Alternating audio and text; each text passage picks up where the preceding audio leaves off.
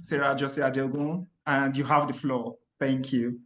Thank you very much. Thank you to all our attendees today. Good afternoon, everyone, and welcome to our 6th Building Bridges and Shaping Migration webinar. It's a dream. As Teasoo Consulting, this is one of our dreams and the ways that we are looking to impact on our next generation and build future leaders for Nigeria, showing them their own best routes to discourage irregular migration. Irregular migration has killed so many of our best brains, a brain drain. And what we believe is that as we move forward, as we provide information, as we support the migration process, we will, to a large extent, discourage illegal migration and give people who really want to travel a chance to travel legally with all the support that we can offer them, ensuring that they are talking to the right people and that they are not falling into the wrong hands in Nigeria. So welcome on board, and I'm just going to talk about why we are doing this, what we seek to achieve, and what you can gain from being here. Last year, we had 5 different webinars when we talked to people about how they will travel, how they can become students or travel for work and all of that.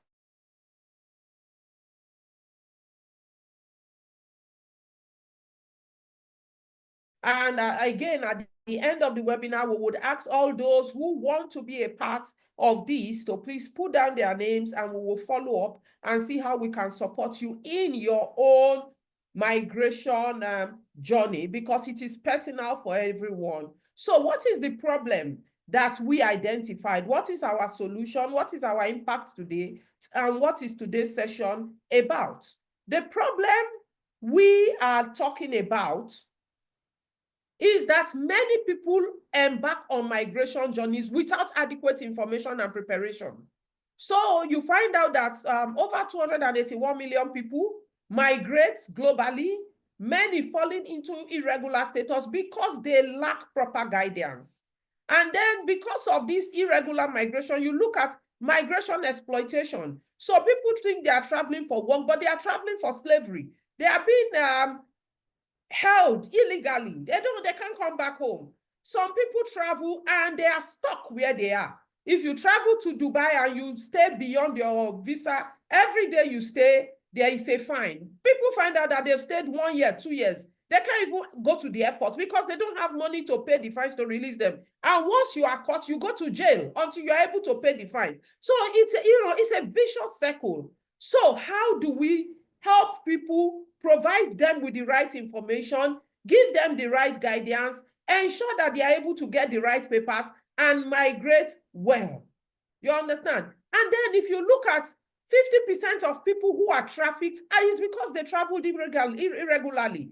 Somebody comes and says, I want to help you. Why do you want to help me? I'm not your sister. I'm not your brother. I'm not your friend. You don't know me. You just want to help me. I see you around. Many of those things, they are using it to traffic people and sell people into slavery. If you're ever sold into slavery, it's better than they harness, take people and they harvest their organs. Different things are happening all over the world. It's a huge brain drain. And for us in Teasoo Consulting, this is our way of contributing to stem the tide, to stop all of these social vices and issues that are affecting the future of our children, affecting the future and draining the brain from Nigerians. We need Nigerians whole and healthy to help us solve the problem of Nigeria. We don't want anybody to die in the Mediterranean Sea or to die in the Sahara Desert. And that was why we put all of these together to support people. And our solution is that we will provide information through the webinars in collaborations with national and international organizations. We will provide you with accurate and essential migration information. We will provide guidance for a safe and informed migration journey. And then we will connect you with renowned experts for personalized support. So where you need personalized support for your travel journey, someone that will design a travel itinerary that is tailored to suit your specific aspirations, we will connect you to the right professionals and ensure that we support you through that process until you are able to achieve your aim and achieve it legally. And our goal is that we will empower individuals with knowledge and resources for informed migration decisions. So many people go to the embassy, their visa is refused. Either the visa forms were not correctly filled, they didn't provide enough information, they provided the wrong information, a lot of technicalities. And those are the things that we and our partners will look out for and ensure that you have the right information, the right documentation to get your visa first time. And we will advise you where you need more training to be able to get into some specialized areas, where you need more certifications, we will let you know, so that by the time you are going to the embassy, you have a 90% chance, a 99% chance of getting your visa. In 2024, we hosted 5 sessions and we covered education, we covered family, we covered global talent, and focused on America, UK, and Europe migration. We reached over 300 participants and we had over 30 one-on-one counseling sessions. We were also able to support about 10 to 15 people to go through their migration process. Some who even didn't have enough funding, we were able to connect them with funding sources so that they could migrate regularly. So there are things that are happening globally and we can connect you to them. One of the people that went to Canada last year, we were able to support him because he was in STEM, support him and his parents, put him on a program where his traveling was funded. So he was able to get into a program that is funded, and that was able to pay for him to travel and to be there. So those are the kind of things that we do. And our purpose is that we want to bridge the knowledge gap. There are opportunities everywhere. We want to offer a safe platform. I think that, for me, is the bottom line, a safe platform for migration, exploration, and learning, so that you know you are learning from the right people and you are getting the right information at the right time. And when you need help, you will be able to get it at the right time. Today, we have an expert migration consultant with us, Aderonke Lawuyi of Travelite Express, and she will be talking to us about legal migration, knowing your own best routes. And she's going to take us deep into this conversation to enable us understand that the fact that your brother or your sister was able to travel using one route does not mean that that is the only route, and it doesn't mean that you will succeed if you follow that route. You need to listen to her. Try to ask as many questions as you can through the chat box so that you get all the information that you can possibly get within the next 1 hour. And where possible, we should be able to migrate some of you into counseling sessions. Already, we have 5 people who joined us on time, the first 5 people to join this session today, who will get a free counseling session. We will announce those names later as the session goes on. But we are also looking out for people in the course of the session, and we will unveil how we pick an additional 3 to 5 people so that we have between 8 and 10 people who will get one free counseling session to understand what they want to do, understand the perspectives we have to offer, and how they can run with it. So at this point, I want to introduce you to our speaker for today, Aderonke Lawuyi, the CEO of Travelite Express, a seasoned travel consultant with extensive experience in global distribution systems and evolving immigration policies. She leads Travelite Express, an IATA and IATA accredited one-stop travel company offering flight bookings, visa advisory, travel insurance, and holiday packages. She is an avid traveler. She was a bank manager who left banking to come into her passion, which is supporting people in their migration aspirations. Aderonke Lawuyi, over to you. And I know that you are going to set this house on fire today. Thank you very much. Aderonke, over to you. Good afternoon, everyone. Thank you so much, Sarah, for the introduction, and I'm just going to jump into it straight away. So we're talking about legal migration or regular migration. And we just want to see exactly what we need to do to be, in term with that. So we're going to look at the contents on why legal migration, understanding the common routes to migration, the key considerations before you apply, navigating the application and interview process, the common pitfalls and how to avoid them, the required documents, general checklist, post-arrival tips, and we'll go to a Q&A for our conclusion. So I'll just start by saying that migration is the movement of people from one place to the other. And that's so basic. Right from beginning of time, migration is a part of the cycle of life. It's been from the beginning of ages. You move from one city to another, you move from one country to the other for different reasons, which we're going to look at on, on types of migration. But basically, it's a part of life. It happens everywhere. And it's something that we need to have an understanding of. So we're going to look at why legal migration. And it's basically because you want to maintain integrity and compliance. It's not just about packing our boxes and, ensuring that we're going to, like Sarah had mentioned, my brother moved to Italy, and so I'm going to Italy. You have to know exactly what is the best route for you. So ensuring your journey to going abroad to be safe, to be secure, and free of unnecessary complications. The other reason is that long-term benefits. A legal status abroad, it unlocks pathways to work authorizations, long-term residency, sometimes citizenship, depending on the country and the route you take. But there are long-term benefits when you do it legally, when you do it as a regular migration, not through the back door.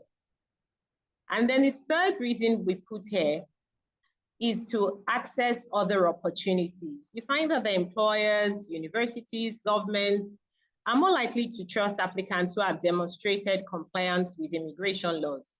And so let me just say here that there are other reasons why you should migrate legally and through the regular route.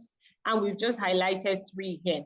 But you'll find out that there are immigrants who have become CEOs of companies, who have become mayors, who have become, whatever, they've got into the peak of their careers. And that's because they came in the regular route and they maintain the legal status. It opens opportunities for everyone.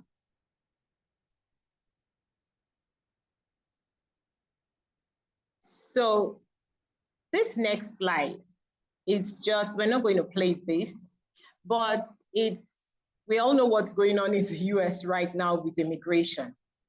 And you find out that this caption says 11,000 illegal aliens in 18 days. And that's, the present president of the US is clamping down on illegal migrants. That is a whole thing, because it's interesting to know that not everybody who becomes an illegal migrant or an illegal alien actually came in illegally. When you travel on a valid visa, you are admitted legally and regularly into that country. Your visa has an expiry date, or your admission has a number of days or months, depending on where you go. So for instance, you have a 10-year visit to Canada. You cannot go and visit for 10 years. You'd have a maximum number of months you can stay. If, however, you exceed and overstay, you leave your legal status, and that's how you become an illegal alien. So we'll go to the next slide and see the forms of migration. And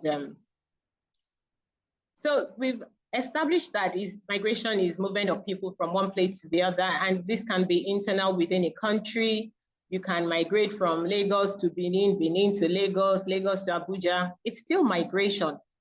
Or it can be international between countries, whether you're going for work, it can be on a permanent, temporary, or seasonal basis. And so people migrate for various reasons. There are economic reasons, social reasons, political, environmental reasons. And these reasons are categorized under push and pull factors. So let me quickly explain here that there are factors that push people to migrate. And this can be lack of jobs. Sorry, can I get that slide back? This can be lack of jobs, conflicts, different things that can push people. The other one is the pull factor, which is better opportunities, education, and so we'll go back to those as we go along. So the why of migration. The push and pull factors in migration, which was explaining on the other slide. The push factors, things that push you to migrate.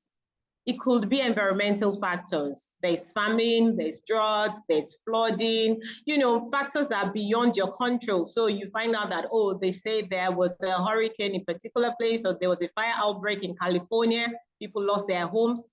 They are pushed to migrate from that place because they don't have homes. People lost their jobs. Overpopulation, civil war. So, Ukraine, Russia, these are factors that push you to migrate. However, there are pull factors that make you want to migrate, which are better job opportunities, quality education, higher standard of living. These are factors that pull you into a different form of migration. So I just thought we should clarify that very quickly.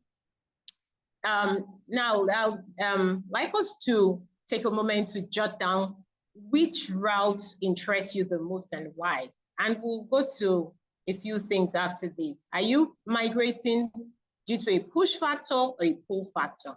You can feel free to share in the chat or, just note it down when we take Q&A, okay? Push or pull. So we're going to understanding the common roots. Now, we can't cover every country's specific policies today. Different countries have different, requirements, just there are like 195 countries, and, it will just be too much. But we're going to kind of outline the major pathways that typically apply across borders. So each route corresponds to different motivations and legal framework, but we're going to explore what is kind of general for everybody in terms of the common routes, okay? So let's go to a work-based migration, turning your skills into opportunities. If you are migrating based on a pull factor, which is better work opportunity, education, standard of living, then you can look at a work-based migration. A lot of countries are searching for skilled professionals. And I think now more than ever, it's so interesting to see that countries are actually looking for skilled labor. If you do the research, you'll find out that in the Western world, they're having reduced skilled labor. That's because they're having a growing population. They have more people in their early 50s, 60s, and 70s. And so they need people that will work. So if you've got a skill that you can turn into an opportunity, this is for you, because they have a growing population. In Africa, we have a younger population. I think the average population in Nigeria now is less than 30, if I'm correct.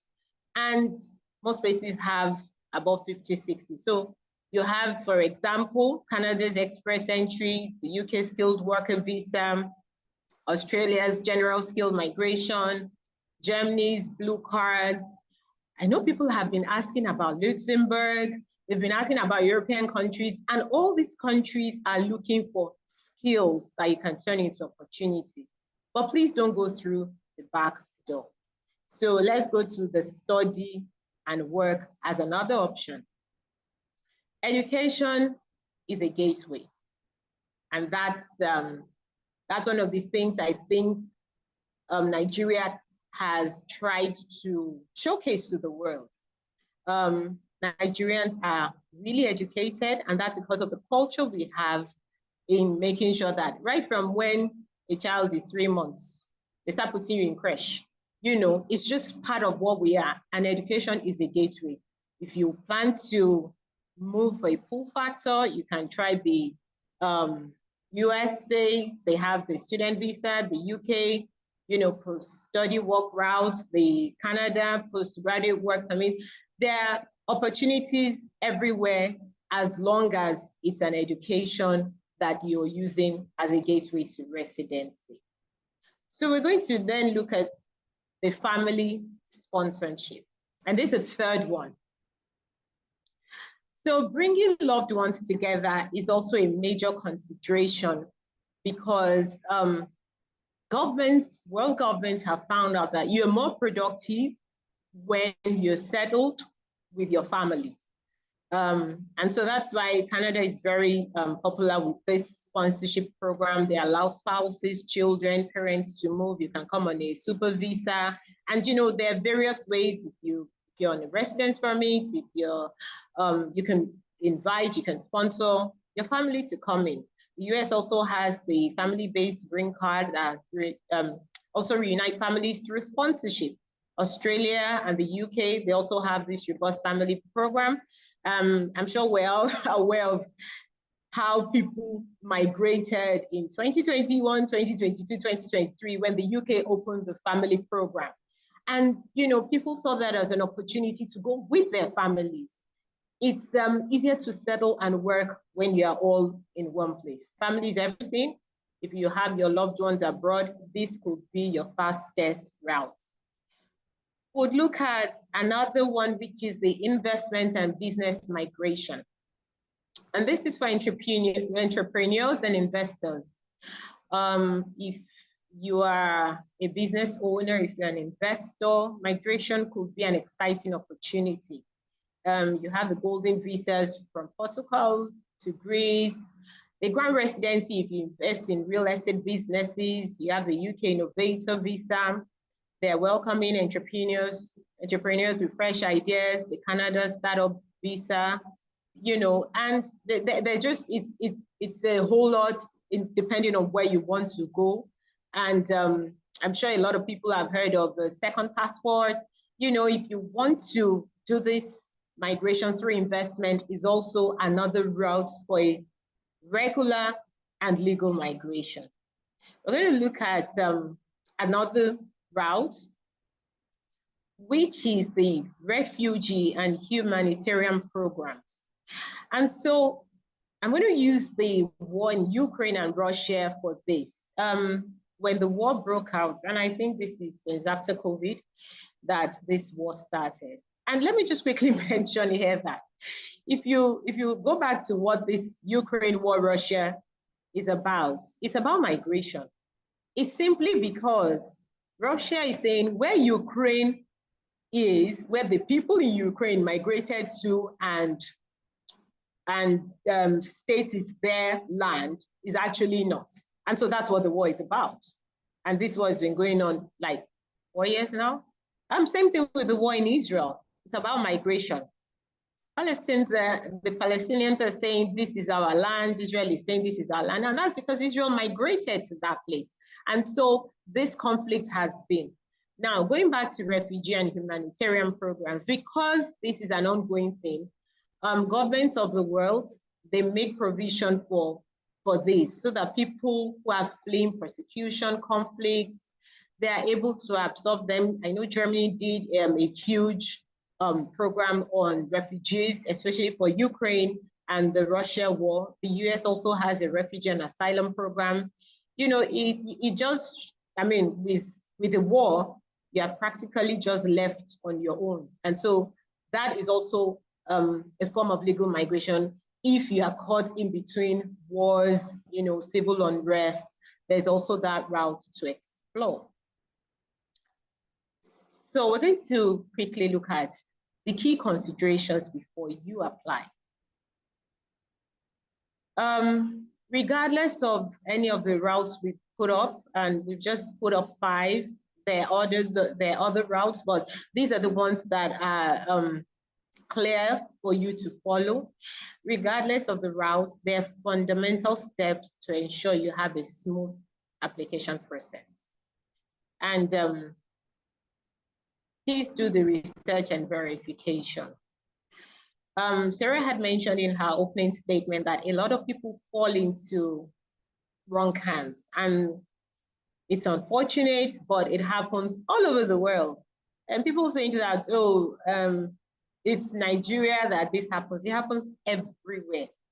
In fact, there's a very high rate in India where people fall into the wrong hands. They get you schools that are not, you know, there's just a whole lot. So please use official government websites and verified travel consultants.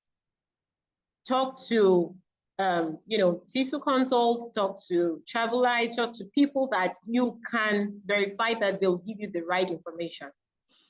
Another reason why people get into, fall into the wrong hands is, if it sounds too good to be true, it actually is too good to be true. And that's just it.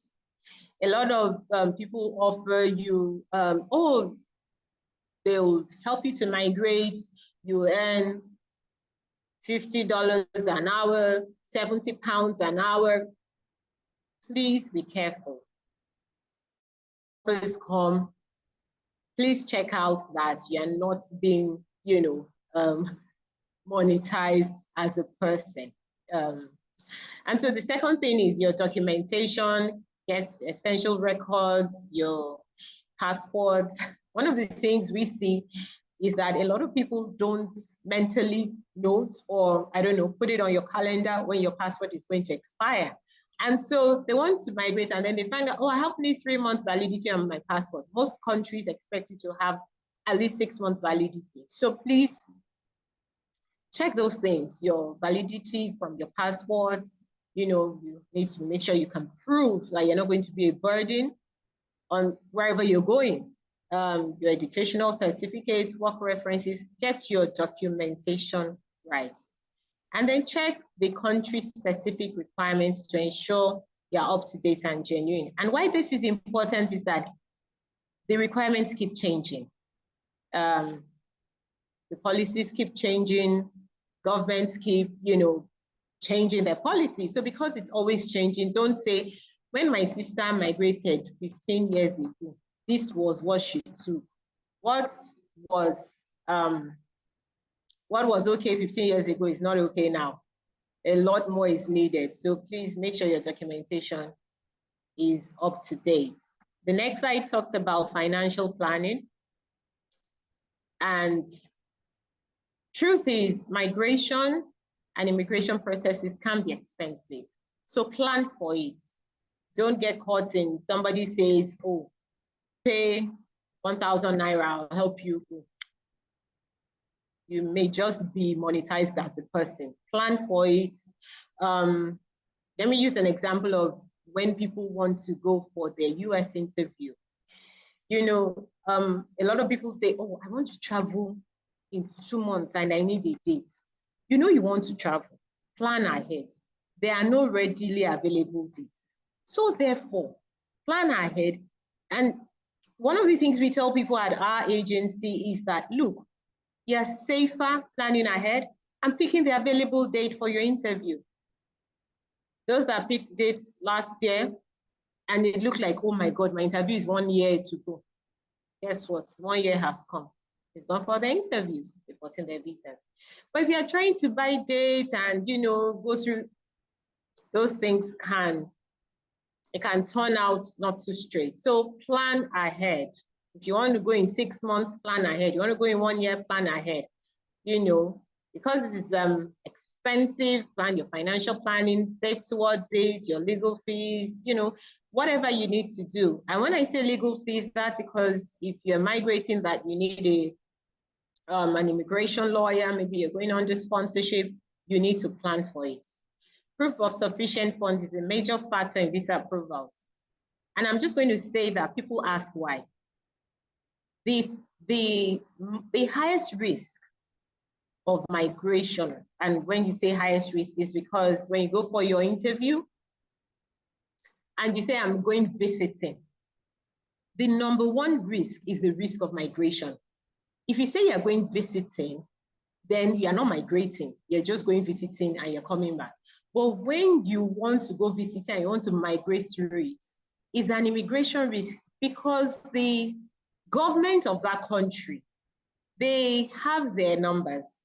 Their number says we're having 1,000 visitors. We're having 500 migrants. If you have been granted a visa as a visitor, and you now use your visiting visa to migrate, you end up becoming an illegal migrant because what the government of that country granted you was a visiting visa, not a visa to stay. So please have your ducks in a row when you want to do this. Plan ahead. Cultural and language preparedness is also important. Some countries ask you for proof of English language tests. Canada does that. Also learn about the customs to ease integration. If you're migrating to Germany, you have to learn the language. So know where you're going and know what is required. And we're going to look at navigating the application and interview process. Okay. Accuracy is key. Okay, we've seen your questions and we're going to go to it in the Q&A. Thank you for your question. Navigating the application and interview process. Accuracy is key. Double check your forms, personal details, supporting documents. Very, very small mistakes can lead to visa denial. And I'll share one here. So some people have their birth certificate and maybe it's missing, and then they go and do certified, they go and notarize their date of birth. But you know that it's funny that I've seen people go for interview and they ask you, what's your date of birth? And then they will tell you the old one. Out of, you know, it's like, how can you not know your date of birth? But it happens because it's a shock question. It's a question they don't expect. You're not expecting them to answer, but it's a simple question. They'll just ask you date of birth, and then the person will just give you 1964 instead of 1962, and you're like, oh my God, that's my official age. This one is my, and then and that alone, you can't explain it. There's no way, because your interviews are 3-5 minutes. Once you fail a simple question like date of birth, they're like, we're sorry, 2 minutes and it's over. The second one we highlighted here, honesty, please. Consular officers are trained to detect inconsistencies, and that's because body language, you're fidgeting. Please give truthful information and be transparent about your intentions. Be confident when you're going for interviews. At our own, agency, we try to do like a mock prep before you go for your interviews. So we ask you common questions that we know relating to what has been filled in your application. And so even if you're not working with us, before you go, do a mock prep with your sister, your brother, your colleague, and say, okay, ask me questions from what I've filled in my form. Because you find out somebody has filled something and you ask them a simple question, they've told you something totally different. Okay, so please, let's get that correct. So how many people have heard of face visa denials due to incomplete documentations or misinformation? If you've heard of it, please put it in the chat. If you've heard of anything, we'll look at that when we go to Q&A. And this is just for us to be able to, brainstorm and answer questions when we're done. So we're going to quickly look at common pitfalls and how to avoid them.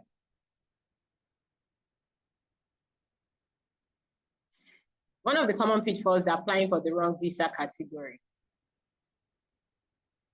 So you want to go for medical.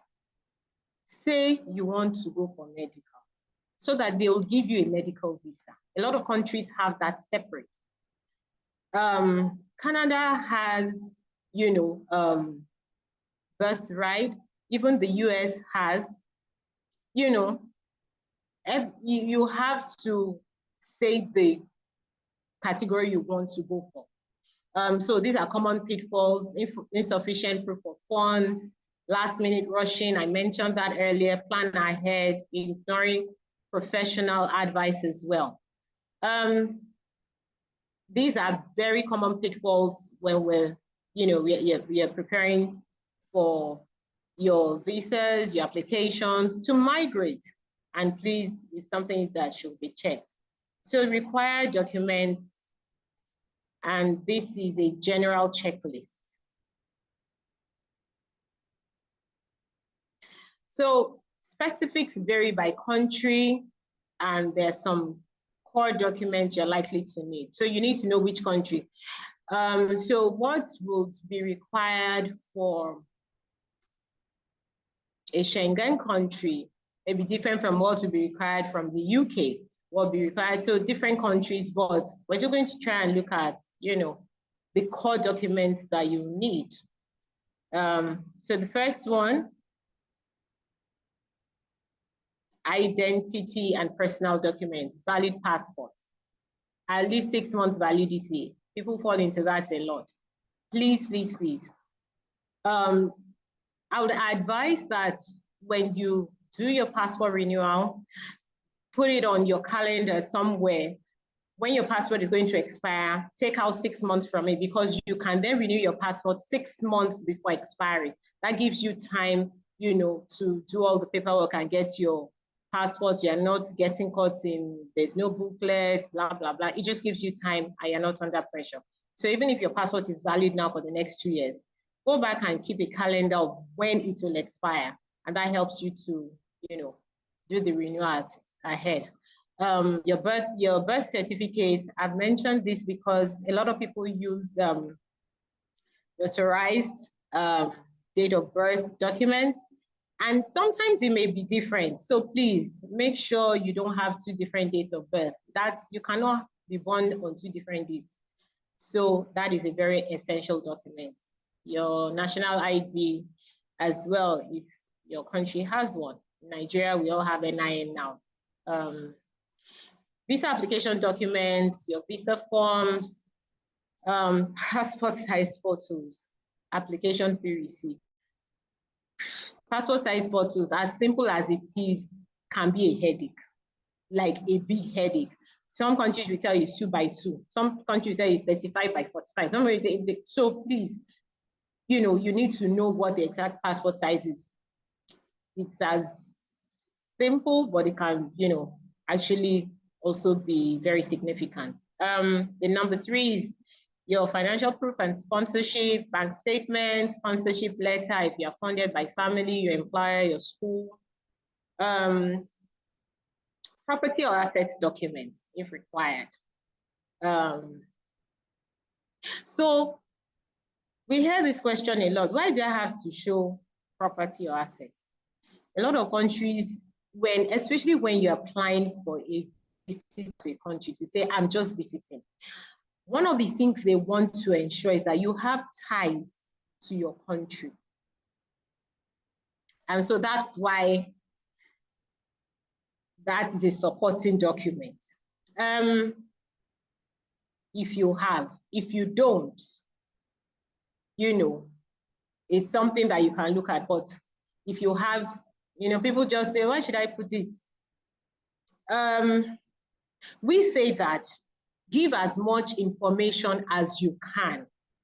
And the reason is that if they need it, it's there. If they don't need it, fine. But if they need it and you say it is at home, I'm always wondering, what's it doing at home? So if you have it, take it with you. If you don't have it, it's fine. But say, and then people come and say, and I had it so, and I left it at home. I didn't even know they will ask, what's it doing at home? You're trying to prove that you're going to come back. So take as much, as you have that is available to you. Work migration documents, if you're migrating, a company has hired you from another country, another state, your job offer, your contract, your work permits, your sponsorship letter, please have all that with you. Education and qualification documents, it's on the next slide. Your degrees, your certificates. So I'm just quickly going to say something about academic transcripts. This is also a headache. And you find somebody that left school years ago, sorry for my English, and then you're asking them, I never took my transcript.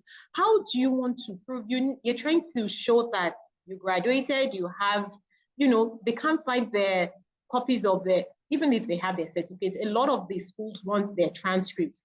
And then they're going round in circles trying to get a transcript and say, oh, the registrar of my university has left. The number for my, it's, please, if you don't have it, try and get it and keep it, even if you're not migrating. It's yours. Get your transcript, your credentials, have it, it's yours. Don't leave it in your college or polytechnic or university or whatever. It's yours. So if you don't have it, let that be a take home today. I'm going to get my transcript. Even if you don't need it, even if you're not migrating, even if you're 100 years old, it is your own. Please collect it. Medical and health related documents.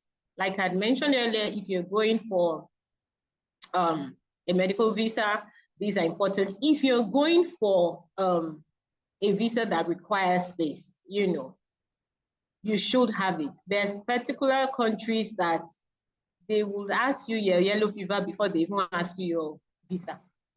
As you are landing, is the first thing they will ask, please, where's your yellow fever? And you can actually get your yellow fever at the health port, in your locality. Please don't go and buy, people go and buy yellow fever. It's unnecessary. I don't know if it's increased, but it was 2,000 naira. Please get your yellow fever certificate. It's valid for 10 years when they give you the yellow fever. Have an original yellow fever certificate. They're just small things. Just have it.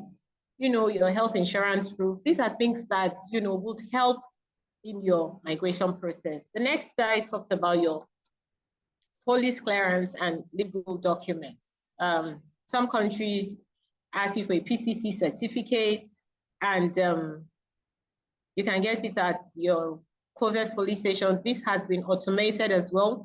I need to let you know, please don't go and buy one and say, I know somebody. Because when you get your PCC, the countries that require it, they have a portal to check that your PCC is original. So it's something simple. There's a portal for you to get a PCC. So somebody says, oh, my brother is know somebody at police station. They give you a paper that is not correct when they go, something as simple as that. Please get original documents. A lot of things have been automated, and please get the right information. When your PCC is given to you, it goes to the embassy as well. They can access it. So if you bring a fake one, in fact, I recently heard, and we had an experience, if you get an NDLEA certificate, they do not give you the original. You get a photocopy, but the original goes to the embassy.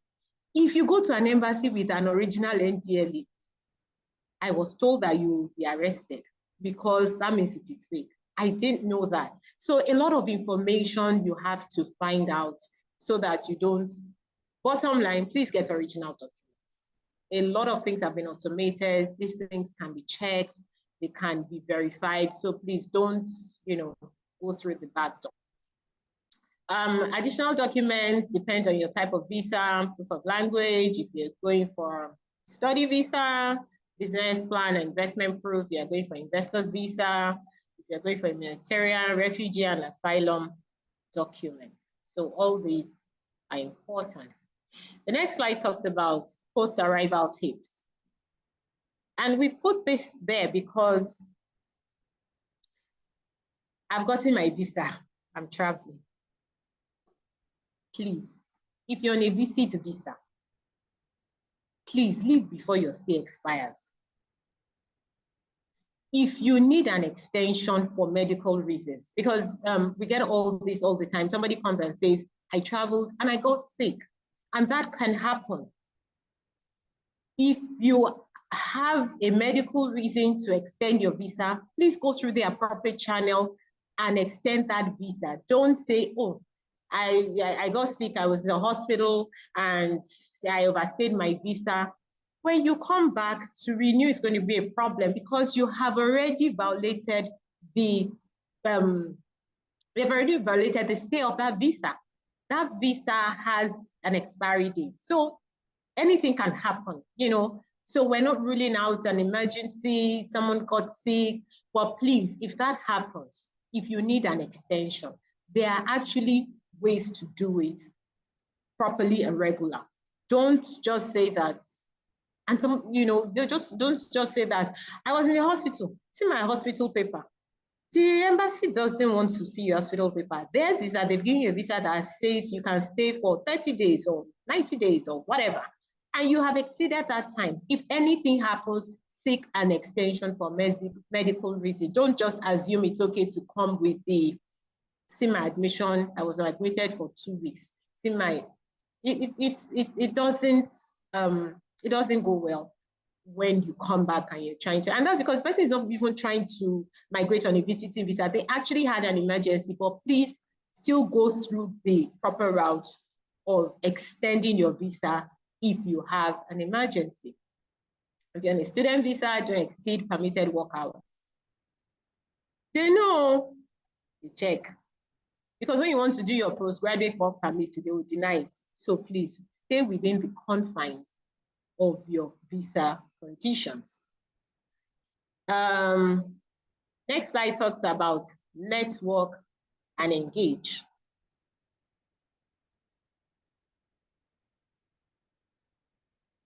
Next slide, please. Thank you.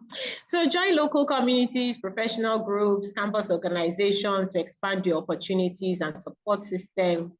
Plan for extensions or transitions. And this network and engage is for people that you're going on a study visa, you've gotten your student visa, you're going on a work visa, you've gotten your work permit. So for them, we always encourage, please join local communities, because so the information you will get from your local community over there when you go helps a long way. If there's, because they have been there ahead of you, they would be able to tell you, okay, this is the best insurance to get. This is the best, you know, they'll be able to put you through. Because information that you don't get, you pay for. And it doesn't mean that you even have to pay money. You can pay by with experience. So somebody say, I didn't know, I went to buy the wrong insurance. Now I have to buy another one and all that. So join local communities, groups, you know, organizations, your workplace that would help you to integrate if you're on a study or if you're on a work visa. Plan for extensions. I'd mentioned that if you're changing status, if you need for medical emergency, please plan ahead of time. Don't go into what you call out of status, which is what makes you illegal. And during this write-up, my colleague and I were talking, and we're like, well, I'm not an immigration lawyer, I'm not a lawyer, I'm a travel consultant. However, why we put it as legal in doing the write-up is that when you come in with a visa, and I've mentioned this, you're legal. If you go out of status, you become illegal. That's why you're an illegal alien, you're an illegal immigrant. It's very simple. So please don't go out of status for any reason. And so we'll go to the next slide, please. Trying to keep to our time. So I've kind of run through most of what's broad.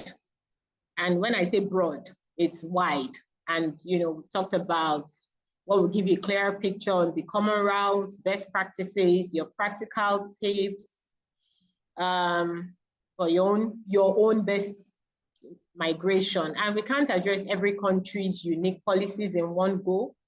But the core principles of research, documentation, financial preparedness, integrity remain constant wherever you choose to go. Now, I'm going to add that in addition to this, which is, just basically a wide range.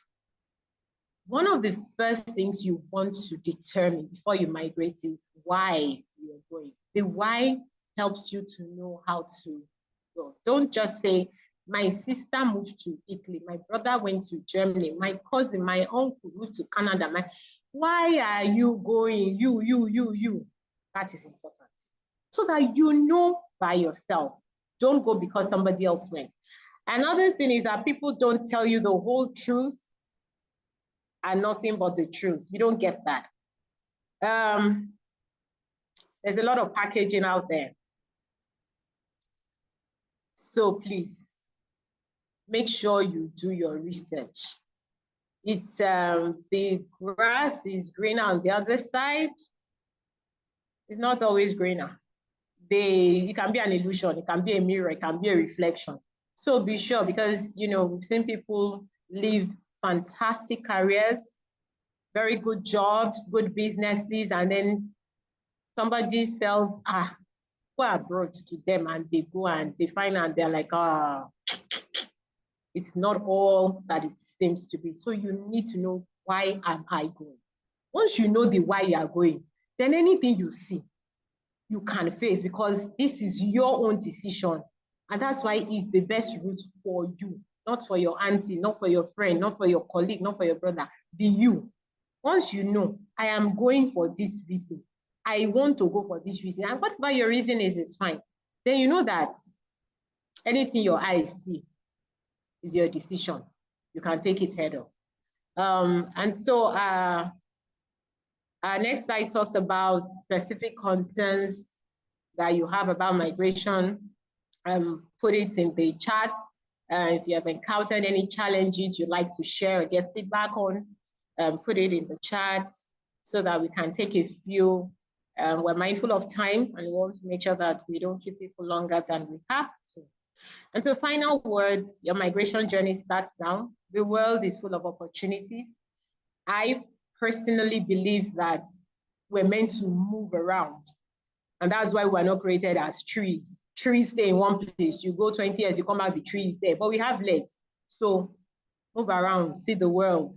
But please do it regular and migration. And the best time to take that action is now. The process may seem complicated, but with right guidance, migration is within reach. So I'm just going to quickly ask, which country are you considering? Where you want to migrate depends on your skills, your education, your status, your ties, your goals. Talk to us, talk to Teasoo, talk to Travelite. Let's discuss your qualifications and preferences and identify the best legal and regular route for you. Call to action. So if you're ready to take the next steps, we're here to help. Let's work together to map out a strategy that aligns with your aspirations. For our personalized, advice or further inquiries, feel free to reach out to our team at Travelite and also to Teasoo as well. Thank you for your time. Time is expensive. We appreciate it, and we'll go to questions and answers now. Ben. Thank you so much, Aderonke. This was really interesting. We've had conversations before this, but the dimension you took this conversation was really interesting. And the experiences, it's really amazing. Thank you so much for giving us this information. Thank you so much. So we'll be going to the questions and answer session. So as this session is going on, feel free to drop your questions and we'll take as much as we can take. So the first question we have here is, can someone go with a visiting visa and try to change to another visa when they get there? Yes, I think I saw that question when we were going through the slides, and it depends on the country. Like I said, different countries have different policies. You need to know. So the answer can't be yes or no, because different countries have different requirements. So for instance, let me use the UK, for instance. The UK has a policy now that says that if you want to work on a visiting visa, you can actually apply for a visiting visa with a work status. However, at the point of application, you need to put it there. So there are different, it's not a yes or no answer. It depends on which country you want to go to that will determine it. We just always want people to make sure that they don't get stuck because, like I said, people don't tell you the true picture. Not everything you see on social media is real. There's a lot of packaging. So when they tell you come to the abroad, somebody went on visiting visa, he has bought 5 houses and he has 10 streets after his name. It sounds too good to be true. It just me. Thank you. Thank you. Thank you so much. And like you mentioned in your earlier conversation, if it's too good to be true, if it looks so, then there's a high chance that it is too good to be true. So we'll be taking the next question, which is, following the continuous rage of scammers everywhere around, how can I protect myself from these scammers? Ben, I will leave you to answer that question. Well, that is why we are here. Through this platform, we are engaging with a lot of professionals in the migration space that will give the required information. We just want to ensure that we bridge that gap. And that is why we have Travelite here to bring that perspective. And we are partnering with verifiable and accredited partners to guide us through this process.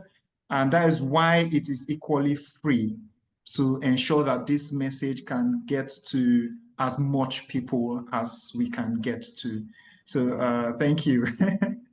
So the next question is, why do I need or require help to process my migration document?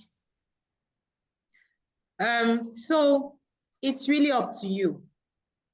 If you want to process it yourself, it's fine. It's not, you don't have to seek help. We're just here to guide you if you come to us, because experience is not something you buy, and experience is the best teacher. If you try to, see, we've had people walk into our office to say, oh, I tried to do this, and let me share. Somebody said, don't share bad experiences. I saw somebody's child, but you know, we've had a client come into our office, and let me share this, and said, I went to apply for a US visa, and my friend's friend gave me an invitation. Oh. I went to the interview, and they asked him, oh, how do you know this person? Okay, so let me quickly say that he paid his friend's friend 3-4 links, so he paid for that invitation. And they asked him at the point of the interview, say, how do you know this person? He says, my friend. Tell your friend, say, I know him through my friend,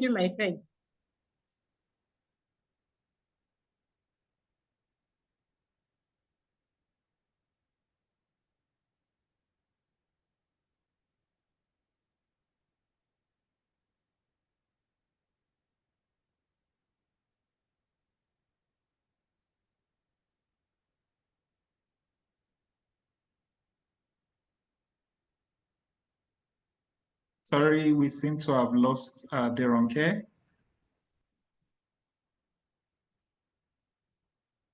So please, if you have more questions, just drop it in the chat box and we'll try and get through to them as much as we can.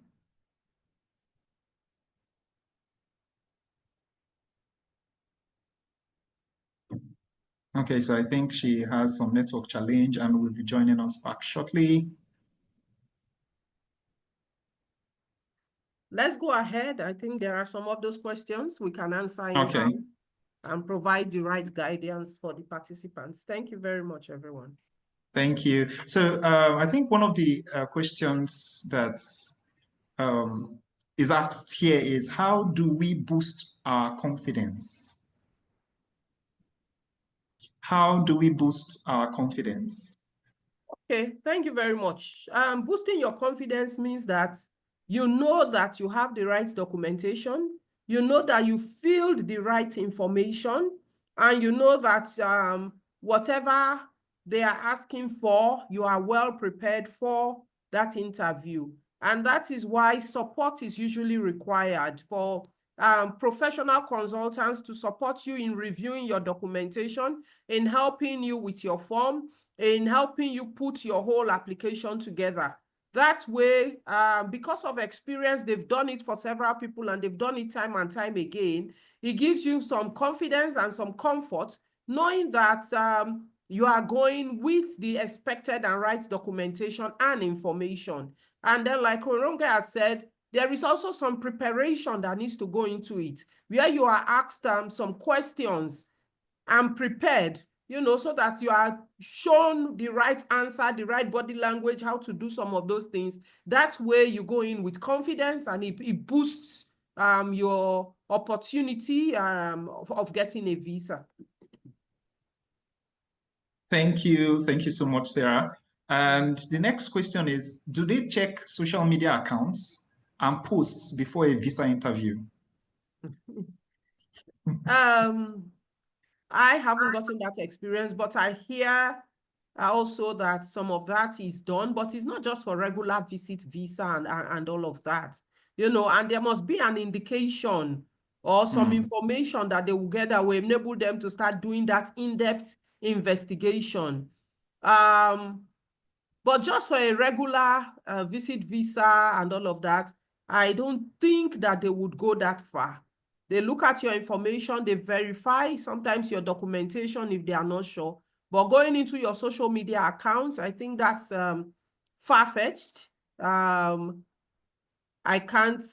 have not had that experience. But where you are going for a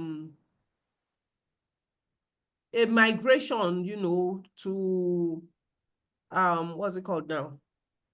A full migration, Yes. Then for some of those, depending on the country and depending on the context, it might become necessary. But it is now based on the application by application. It's not a generally done thing. Okay, thank you. Thank you. Well, it's in addition to what Sarah just said, it's good for whatever source, especially we are living in a very globally connected world, whatever you're putting in should correlate with whatever you have online is very, very important.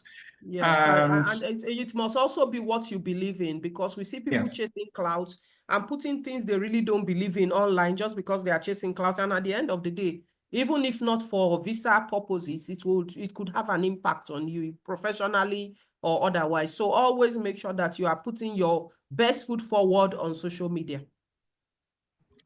Thank you. We have one question here saying, which country is the best country to work? There's no best country to work. People are working in different countries and they are doing fantastically well. People want to migrate away from Nigeria, but there are people that are doing well working